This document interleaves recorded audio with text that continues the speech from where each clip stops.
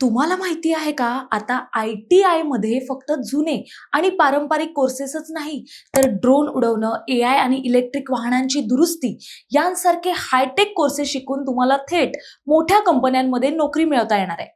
जर तुम्ही यावर्षी 10वी उत्तीर्ण झाला असाल किंवा तुमच्या ओळखीत कोणी विद्यार्थी असेल, तर हा व्हिडिओ त्याच्या भविष्यासाठी अत्यंत महत्त्वाचा आहे. कारण बदलत्या जगाची गरज ओळखून राज्य शासनानं आपल्या औद्योगिक प्रशिक्षण संस्था म्हणजेच ITIच्या अभ्यासक्रमात एक ऐतिहासिक बदल केलाय.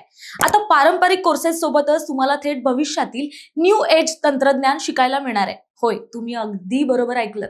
या शैक्षणिक वर्षापासून विद्यार्थ्यांना आधुनिक काळातील तब्बल 13 नवीन कोर्सेस शिकण्याची संधी उपलब्ध होणार आहे. आता यात प्रामुख्याने समाविष्ट असलेले कोर्सेस कोणते तर सांगते. तर कृत्रिम बुद्धिमत्ता आणि डेटा विश्लेषण, IT क्षेत्रातील प्रचंड मागणी लक्षात घेऊन.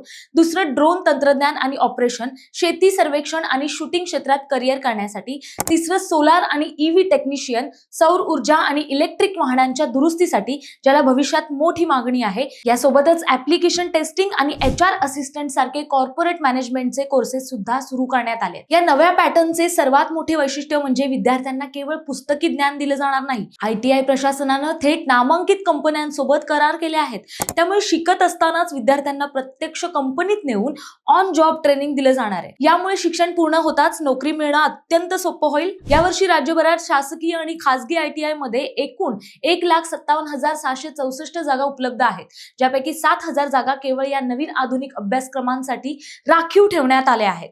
विशेषतः चंद्रपूर जिल्ह्यात विद्यार्थ्यांसाठी मोठी संधी आहे, कारण तिथल्या 18 IT संस्थांमध्ये तब्बल 3,672 जागांसाठी ही प्रवेश प्रक्रिया राबवली जाते. पात्रता काय असणार आहे तर किमान 10वी उत्तीर्ण विद्यार्थी या कोर्सेससाठी अर्ज करू शकतात. काही तांत्रिक ट्रेड्ससाठी मात्र गणित आणि विज्ञान हे विषय आवश्यक राहतील. यासाठीची अधिकृत ऑनलाईन अर्ज प्रक्रिया सुरू झाली आहे. इच्छुक विद्यार्थ्यांनी अधिकृत पोर्टलवर जाऊन आपला अर्ज अचूक भरायचा आहे. अर्ज भरल्यानंतर मूळ कागदपत्रांची जसं की मार्कशीट, TC, रहिवासी दाखला आणि ओळख पुरावा पडताळणी करून घेणं आवश्यक असणार आहे. पुढील महिन्यात पहिली गुणवत्ता यादी म्हणजेच मेरिट लिस्ट प्रसिद्ध केली जाईल आणि त्यानंतर प्रत्यक्ष प्रवेश फेऱ्या सुरू होतील. पारंपरिक चौकटी बाहेर पडून या नव्या तंत्रज्ञानाचा लाभ घ्या आणि आपल्या करिअरला एक नवी गती द्या.